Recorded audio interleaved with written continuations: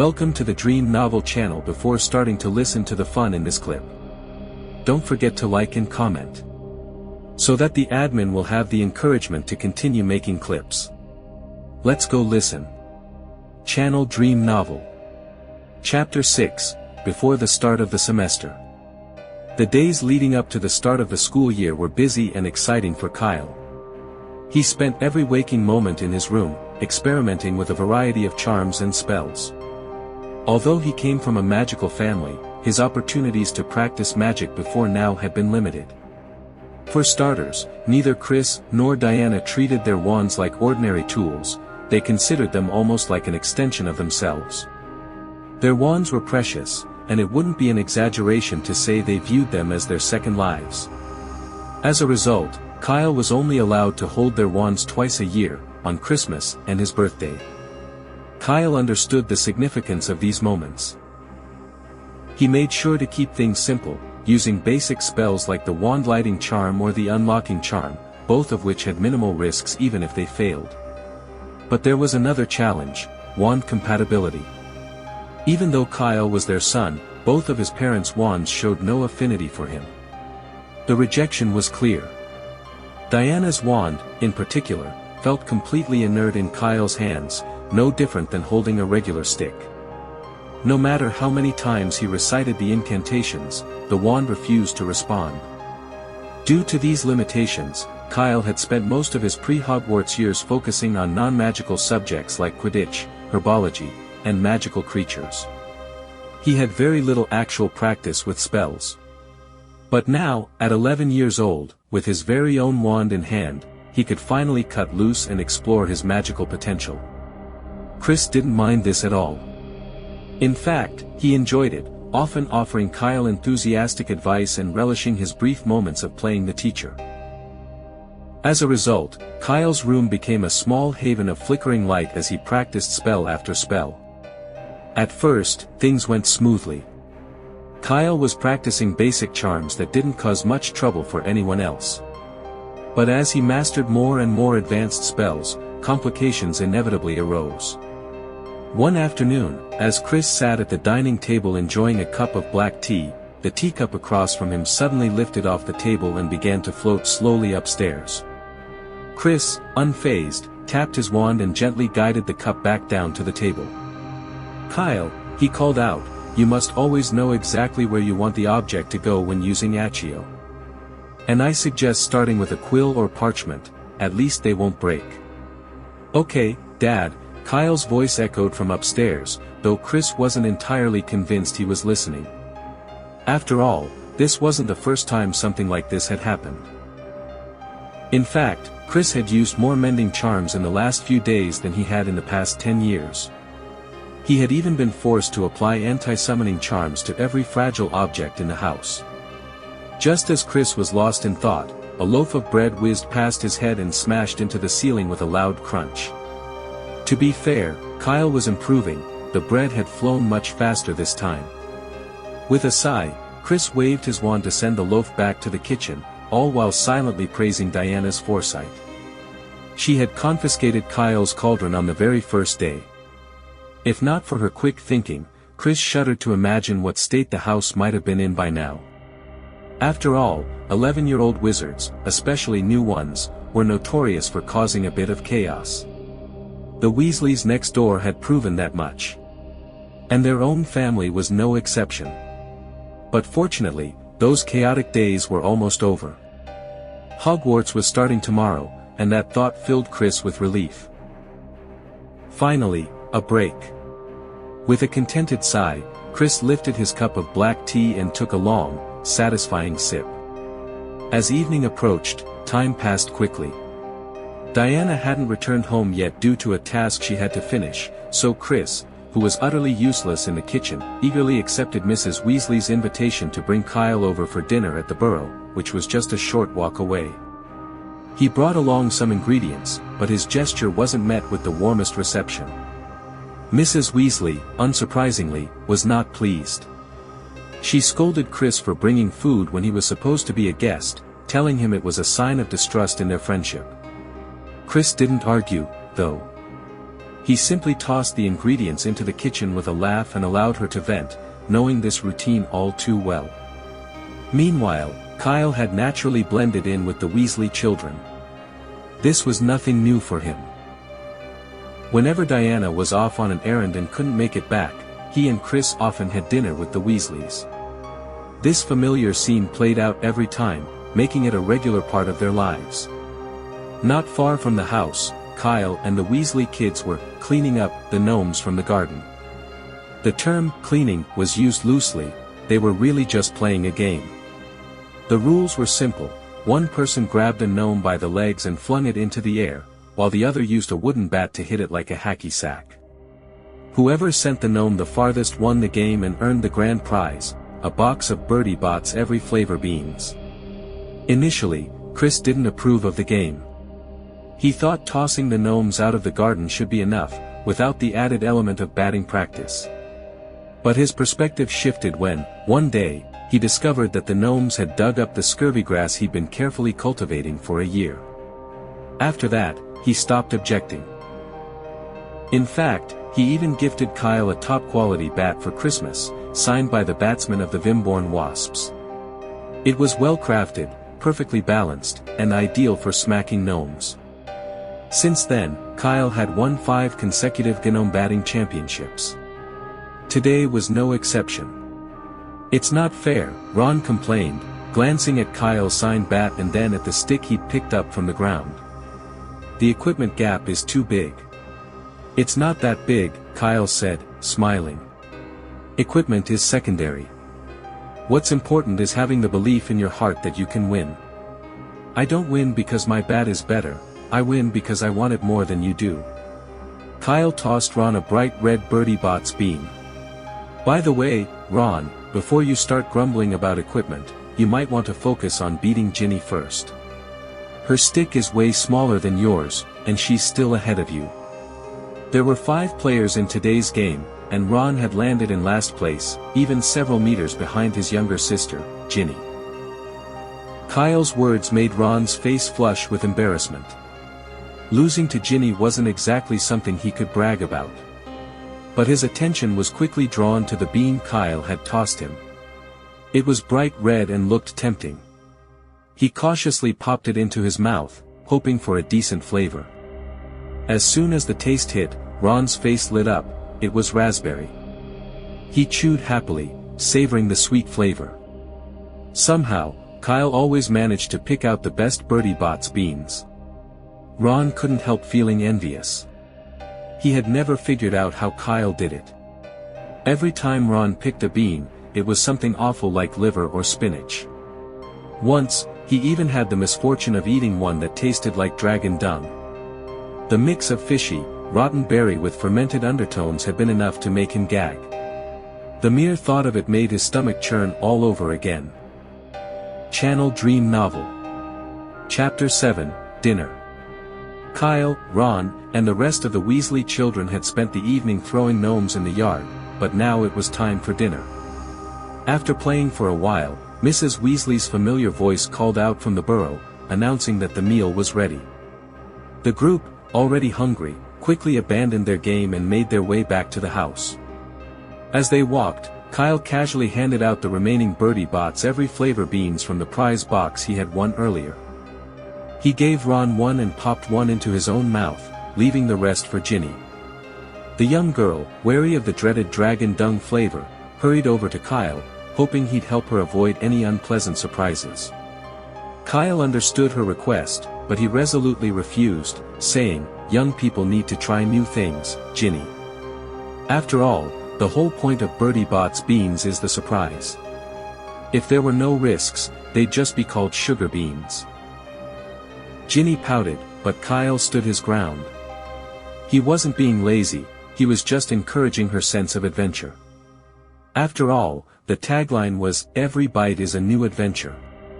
A few minutes later, the group started toward the house, Kyle leading the way with Ron close behind. But before they got far, Fred and George came barreling forward, shoving Ron to the side as they hurried past. Ron stumbled, nearly falling into a nearby gnome hole, and shot the twins an angry look. His face turned red with frustration, clearly ready to lash out at them if they didn't apologize. Unfortunately for Ron, Fred and George didn't even notice.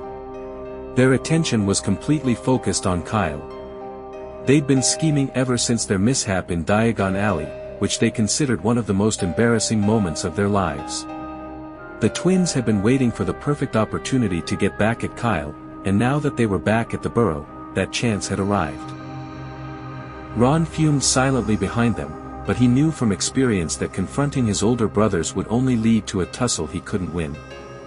Fred and George had bullied him plenty of times before, and things usually worked themselves out after a few days and a shared snack. For now, however, Ron had no choice but to accept that they were too focused on Kyle to care about his grievances. As everyone made their way to the dining area, Mrs. Weasley set up a cozy table outside in the yard to accommodate the larger group. Once Kyle sat down in his usual spot, Fred and George quickly flanked him, sitting on either side with suspicious grins.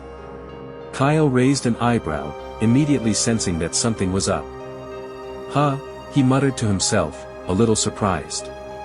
He had never seen the twins sit apart like this. Their sudden positioning was far too deliberate. This doesn't bode well, Kyle thought.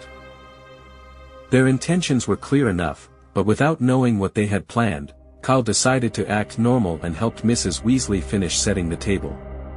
As he arranged the last dish, his nose was met with the mouth-watering aroma of hearty home-cooked food, fluffy, crispy buns, soft roasted potatoes, fragrant roast chicken, golden fried chicken nuggets, and tender veal steaks. It was a feast fit for a family, as always at the Weasleys' table. Once the food was served and everyone had taken their seats, dinner officially began. Kyle remained cautious throughout, keenly aware that the twins were likely planning some kind of mischief. He carefully examined every bite, not wanting to accidentally eat something strange. He'd rather not suffer any public embarrassment, especially with Fred and George sitting so close, clearly plotting something. Though the food was delicious, Kyle couldn't help but wonder about Hogwarts meals. He wasn't expecting Chinese food, but maybe he could hope for some good French cuisine, or at the very least, a decent pasta or pizza. For now, though, he kept his focus on his plate, determined not to fall into whatever trap Fred and George had prepared. With Kyle on high alert, the twins' plans seemed to stall. Throughout dinner, Fred and George behaved as usual, cracking jokes and making everyone laugh without showing any signs of mischief. Kyle's suspicion began to wane as the meal progressed. However, just as the table reached its liveliest point, Fred struck. After telling a particularly funny joke about a Slytherin student with greasy hair, he turned to George and said, "Hey, George, Kyle's going to Hogwarts tomorrow. Should we give him some advice? You know, for his own safety. After all, it can be pretty dangerous." George, who had been struggling to swallow a large bite of steak, caught on immediately. He pretended to consider the suggestion for a moment before responding, "I don't think it's necessary, Fred. We should trust Kyle, he's very capable. It's only an adult troll after all. He'll definitely be able to take it down and pass the house sorting without any problems." Fred nodded solemnly. "You're right, George. And Mr. Kyle Chopper, with his pride, surely wouldn't want to rely on us for help. He doesn't even call us seniors." Their plan was simple: scare Kyle with exaggerated stories about Hogwarts house sorting, making him lose sleep the night before his big day. Fred, grinning with satisfaction, was certain this would be the perfect revenge for what had happened in Diagon Alley. As if on cue, the adults joined in, their eyes gleaming with mischief.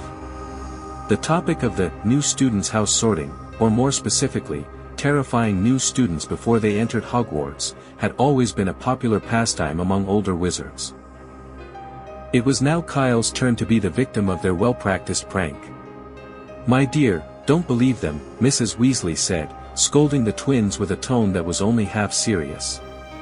She turned to Kyle, smiling reassuringly. "It's really not that scary, just a little test involving some ghosts. There's no real danger at all." "Molly, how can you lie to the boy?" Mr. Weasley chimed in, faking outrage as he shot a mock glare at his wife. "Kyle's a smart lad. We should be honest with him. I'm sure he could handle taming a hippogriff by himself." "A hippogriff? I thought it was a dragon," Chris said, pretending to be confused before turning to Kyle with absolute certainty. "Son, trust your father. It's definitely a dragon. And I bet this year it'll be a Hungarian horntail." The chaotic back and forth continued, with each adult throwing in their own ridiculous version of what Kyle might face at Hogwarts. Fred and George sat back, pleased that their prank was gaining momentum, sure that Kyle would fall for it. But Kyle, already onto them, played his part perfectly. He nodded along seriously to each ridiculous claim, responding with phrases like, "Oh, I see, yes, I can, and I trust you, Dad," all while keeping a straight face. Mrs. Weasley looked relieved. Mr. Weasley appeared more determined than ever. And Chris, though still uncertain, seemed to take some comfort in Kyle's unwavering agreement. The truth was, Kyle knew what this was, a ritual of sorts, a kind of playful hazing. The wizarding world had limited sources of entertainment, Quidditch, some minor festivities, and, of course, fooling young witches and wizards. It was tradition, and Kyle had no reason to spoil their fun. He played along with enthusiasm, finding it amusing rather than nerve-wracking. After all, he thought, it's just a show. Let them have their fun. As laughter and banter filled the table, no one seemed to notice two small, helpless figures trembling in the far corner, two garden gnomes who had wandered too close to the festivities, caught in the crossfire of the night's light-hearted pranks. Channel Dream Novel. Chapter 8, Mr. Weasley's Dream. Kyle may not have been fooled by the adults' usual tall tales, but they had definitely done the trick for Ron and Ginny. Ron, in particular, had been listening intently, eager to gather some inside knowledge for when he started Hogwarts the following year. But as the conversation progressed, his face turned a sickly shade of pale. Trolls, ghosts, and hippogriffs were extreme, sure, but Ron figured he could manage to escape if things got really bad. The Hogwarts professors wouldn't let students face anything truly deadly, right? But a dragon? That was another matter entirely. Dragons were classified as XXXXX level magical creatures, dangerous even to fully trained adult wizards. For an 11-year-old, facing a dragon sounded like certain death. By the time the professors had cast their protection spells, Ron feared he'd already be a pile of ash from a single sneeze of dragon fire. Is this seriously what school is like? Ron thought, his heart sinking. He felt an overwhelming urge to run away from home and never look back. Hogwarts sounded less like a place of learning and more like a death trap. Ginny wasn't faring much better. Her usually vibrant red hair seemed to have lost its shine, and her face was pale as she stared down at her plate, visibly shaken. Kyle, noticing her distress, leaned over with concern. "What's wrong, Ginny?" he asked softly. "Why aren't you eating? Are you feeling unwell?" Ginny shook her head quickly, not wanting to admit her fear in front of her brothers. "No, I'm fine," she said, forcing a smile. "I'm just full."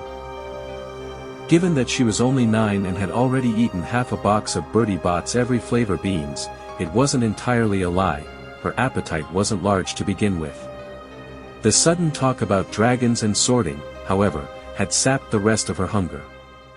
"I see, that's a shame," Kyle replied, accepting her explanation without much thought. He calmly reached over and took the grilled fish from Ginny's plate, placing it onto his own. Grilled fish was one of Mrs. Weasley's specialties, and it was best eaten fresh. He'd been craving it for a while, so he wasn't about to let it go to waste.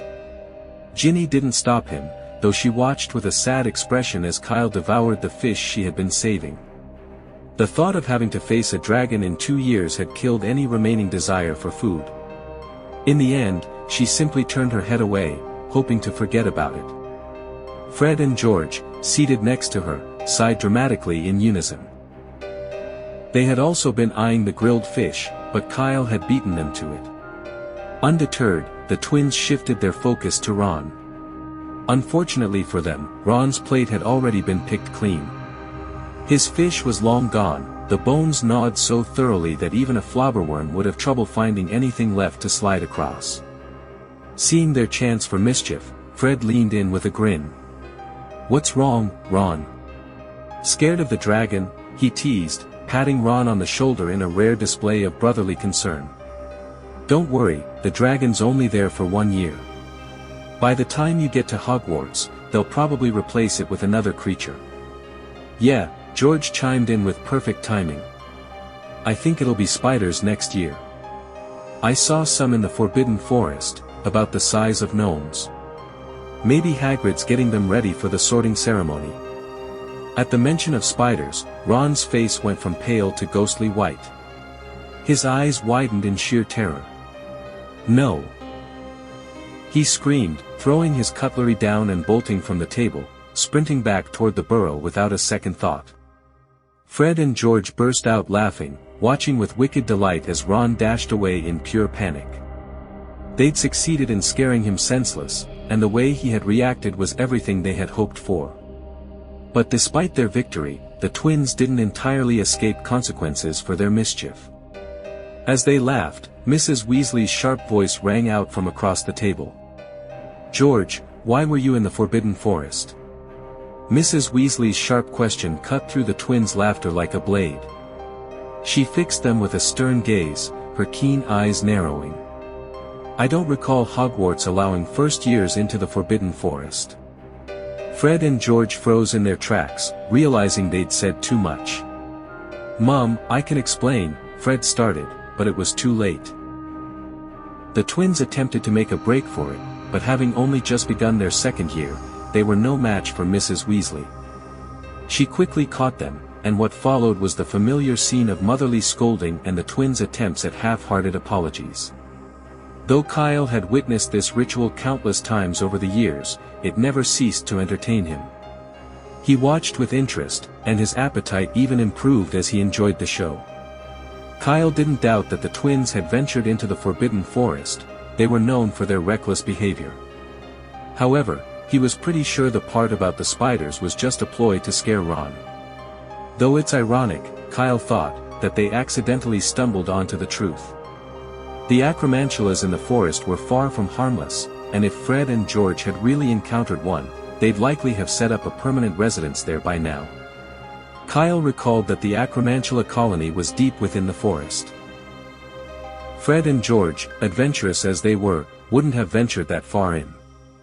They might have been troublemakers, but they weren't suicidal. They didn't have Harry Potter's luck, or his knack for getting into life-threatening situations. After another 20 minutes or so, dinner began to wind down. Despite a few interruptions, the evening had been lively and enjoyable for everyone. Kyle, especially, had a great time.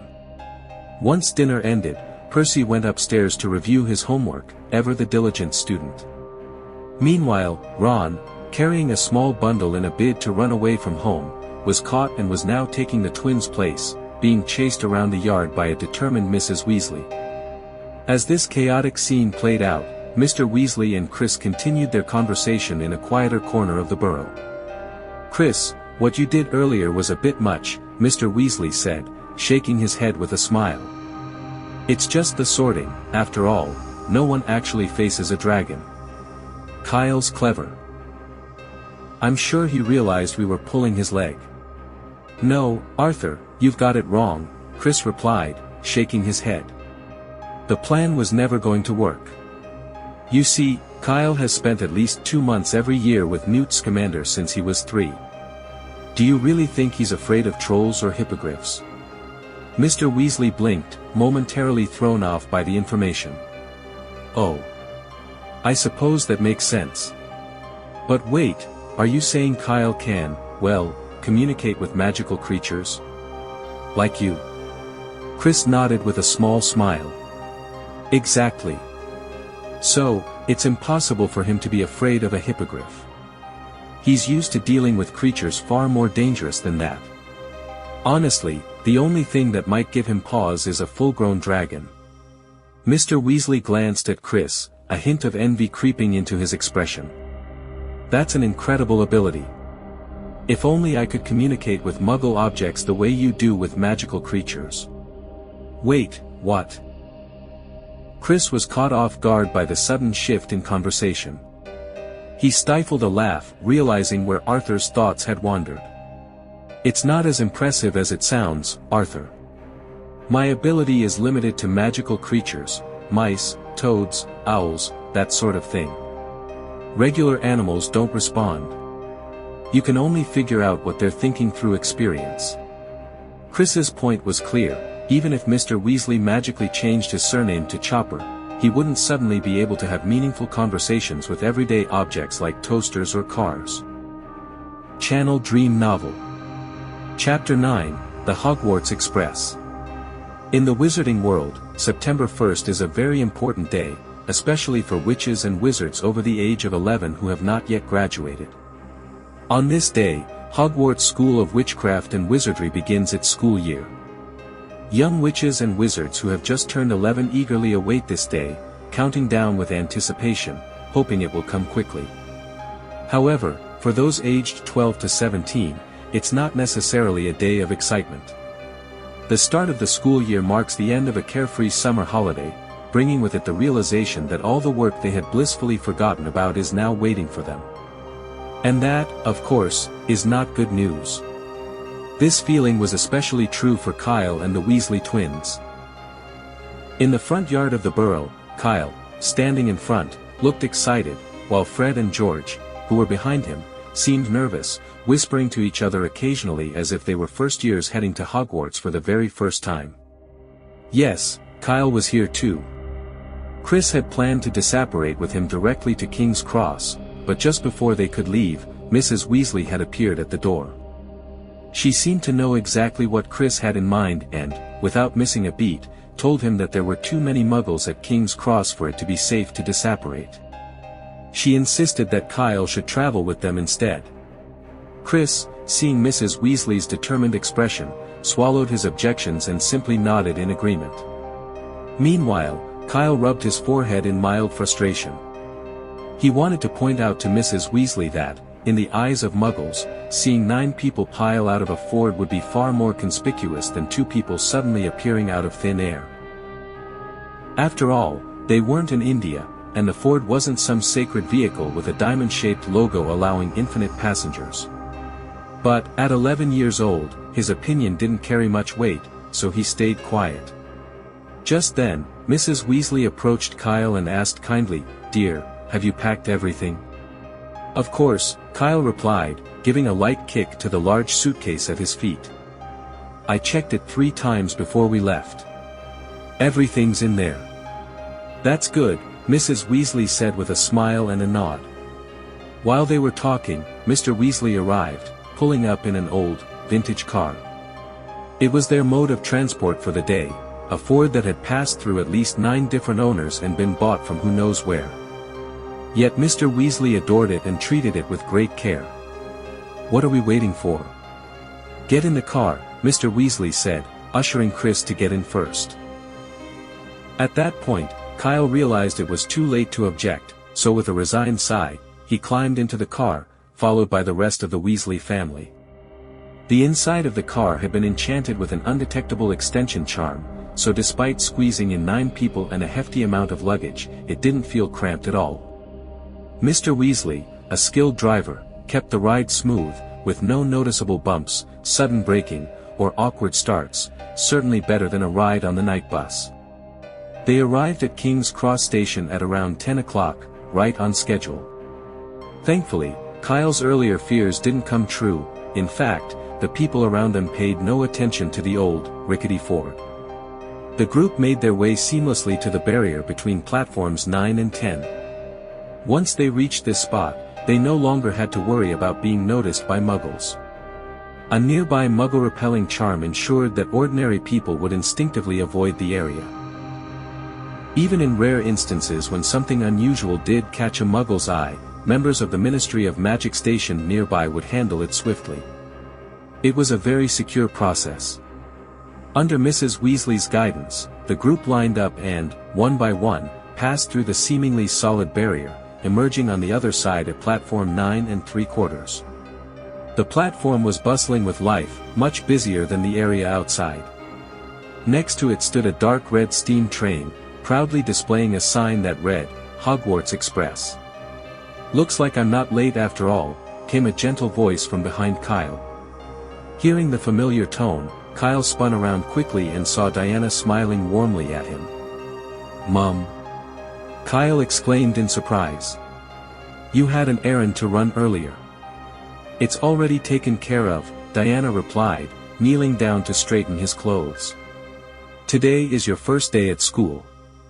I wouldn't miss such an important day for anything." "That's great," Kyle beamed. It would have been a real shame if only Chris had been there to see him off to Hogwarts. Diana spent a few more minutes chatting with Kyle, making sure he was ready. She didn't let him board the train until it was almost time for it to depart. Just before he left, she said, "I'm sure Chris has given you the full Hogwarts lecture, so I won't repeat it." Diana's deep blue eyes locked onto Kyle's, and her tone became serious.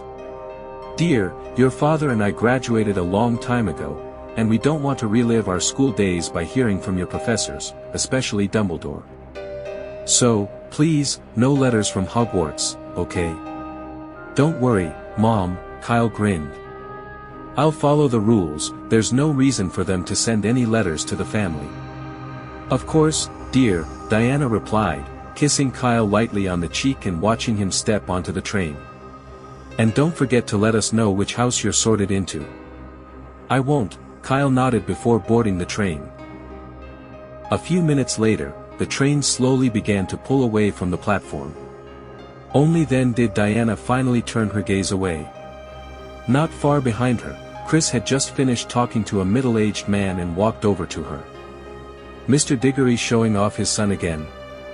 Diana asked with a laugh. It was clear that the person Chris had been speaking with was someone she knew well.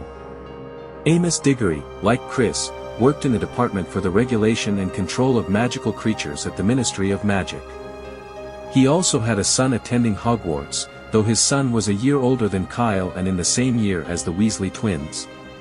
However, unlike the mischievous twins, Cedric Diggory was outstanding in every way, much like Percy Weasley had been in his early years at Hogwarts. Amos, being a bit of a braggart, took every opportunity to boast about his son's accomplishments. If he'd only done it once or twice, people would praise him in return, but since he went on and on about it, it had become tiresome. Eventually, Amos earned a reputation as one of the more unpopular people in the ministry, especially among parents whose children had more average achievements at Hogwarts. Many avoided him whenever possible. If they happened to cross paths, they would quickly look away and try to avoid conversation, speaking only if absolutely necessary. When avoidance was impossible, like when trapped together in an elevator, or if they worked in the same department as Chris, they would exchange a few polite words before quickly finding an excuse to leave, never giving Amos a chance to turn the topic toward Cedric. This time, Chris hadn't been able to dodge him. "Cedric is very talented," Chris admitted with a weary smile. "But never mind that. Is your task really complete?" Though Chris wasn't privy to the details of Diana's work in the Department of Mysteries, he knew that missions originating from there usually took at least a month to finish. It was hard to believe it had been wrapped up in just 2 days. "Of course not," Diana said, narrowing her eyes playfully. "But my colleagues are quite laid back. They won't make a fuss about me taking a little time off." Channel Dream Novel. Chapter 10, Cedric. Kyle boarded the train, only to find that most of the first few carriages were already full. He couldn't help it, he had boarded late, and it was hard to find an empty seat by this time. With a sigh, he used the floating charm to lift his luggage and made his way toward the back of the train, hoping for better luck. Eventually, he found a relatively spacious compartment near the end. Inside, there was only one other boy, about his age. Although the boy wasn't quite as handsome as Kyle, he was certainly better looking than the Weasley twins. Knock, knock. Kyle rapped lightly on the door and asked politely, "Hello, may I sit here? All the other seats are taken." Of course, go ahead and sit down, the boy replied quickly. Thanks. After entering the compartment, Kyle placed his luggage on the shelf, then turned to introduce himself, extending his hand. Hello, I'm Kyle Chopper, a new student this year. The boy seemed distracted and didn't respond right away. When he finally snapped out of his thoughts, he reached out to shake Kyle's hand. Oh, sorry, Cedric Diggory, second year at Hogwarts. Cedric? Kyle was a bit taken aback. He hadn't expected to meet such a well-known figure as soon as he boarded the train. Cedric Diggory, the future Triwizard champion and one of Hogwarts' brightest students. No wonder he looked so handsome. Kyle recalled that their families both lived near the village of St. Catchpole, but for various reasons, the two had never crossed paths. Not even once.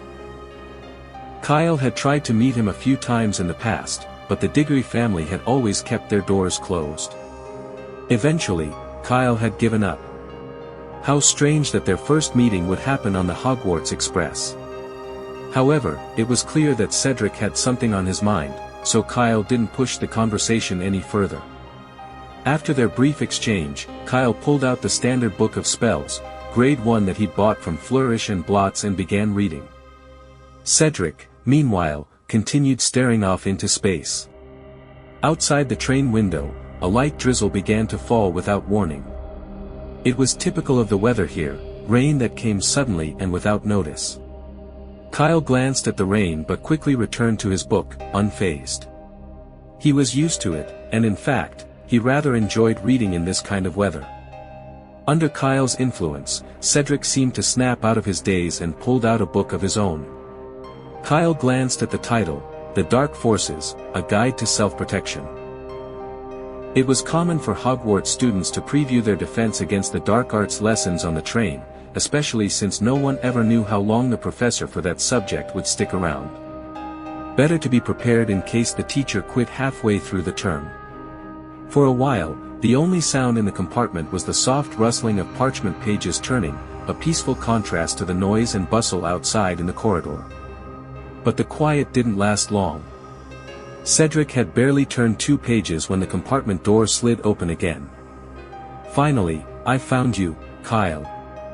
We saved you a seat, but you stood us up and made us wait like idiots. I think you owe us an apology. Fred and George Weasley stood leaning against the doorframe, interrogating Kyle one after the other. They both looked rather annoyed, as if Kyle had committed some great offense.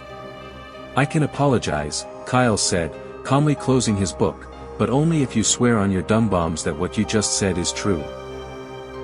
Fred's expression instantly shifted from anger to confusion. Well, can I swear on the headmaster's name? George was equally perplexed.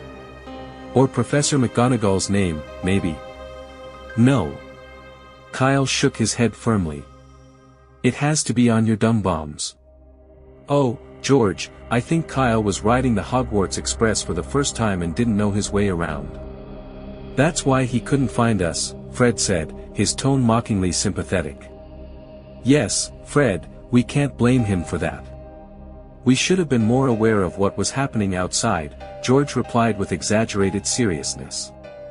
The twins exchanged a quick glance, silently agreeing to drop their previous accusations, and squeezed into the compartment as if nothing had happened. As they settled in, their eyes inevitably landed on Cedric. Fred flashed a mischievous grin and said, "Well, look who it is, though I can't seem to remember why." George raised an eyebrow, catching on. "Oh, of course. It's our dear Cedric Diggory, the shining beacon of Hufflepuff, the brightest light of Hogwarts." As soon as the words left their mouths, Cedric's face flushed a deep red. The embarrassing titles made him want to disappear into the floor. But, unfortunately, he couldn't deny them. After all, the nicknames, Good Boy, and Light of Hogwarts, had been circulating all summer, thanks to his father's endless bragging, and had become notorious within the Ministry of Magic, spreading even to families like the Weasleys. During the holiday, nearly half of Cedric's letters had been signed off with Light of Hogwarts, sent as teasing notes by friends and colleagues alike. The other half came from classmates from Muggle families who were blissfully unaware of the nickname. He had chosen this corner compartment in the hopes of hiding from the ridicule, but fate had other plans, and he had been discovered by the worst people possible. "Please, just leave me alone," Cedric pleaded, folding his hands as if in prayer. "I'll even lend you my homework." As he spoke, he placed a neat stack of parchment on the table. The twins were tempted to keep teasing him, but Cedric's offer was too good to pass up. This was, after all, the top student's homework, something they couldn't ignore. George straightened up, adopting a more serious tone as he quickly scooped up the parchment. "Cedric, what are you talking about? We were just kidding. We'd never laugh at you." Fred nodded in agreement. "Exactly. Don't worry, we wouldn't dream of making fun of you over something like this." With that, Fred and George left the compartment, beaming as if they'd just struck gold. Once they were gone, Cedric let out a long sigh of relief. He looked at Kyle with a sheepish expression. "I'm sorry, I should be the one apologizing," Kyle interrupted. "They came to see me. If it weren't for that, you wouldn't have been discovered." Cedric shook his head with a rueful smile. It would have happened sooner or later. Though he could hide on the train for a while, he knew there was no avoiding it once they reached Hogwarts. Eventually, he'd have to face the teasing head-on. But, in a strange way, the Weasley twins' sudden appearance had given Cedric an idea for how to handle the situation. Homework. As the top student in his year, Cedric's summer homework was highly coveted, as the twins' reaction had just proven. If he offered his homework to his classmates, it might be enough to keep both Hufflepuff and Gryffindor quiet. If he could manage to keep those two houses in check, he'd have solved 80% of the problem. As for Ravenclaw and Slytherin, Cedric reasoned that their more reserved nature meant they were unlikely to get involved in this kind of teasing, at least, not most of them. Even if a few decided to join in, it wouldn't be too difficult to handle. If his own house didn't stir up trouble, and if he could keep Gryffindor's notorious pranksters at bay, the whole issue would likely blow over in a few days. 3 days, tops, Cedric thought to himself, feeling a sense of relief wash over him. With that plan in mind, he suddenly didn't feel quite so bad. Now the fun in this clip is over. Which listeners haven't liked and commented yet? You can press like and comment to encourage the admin find the fun in the next clip. May the listeners be happy forever.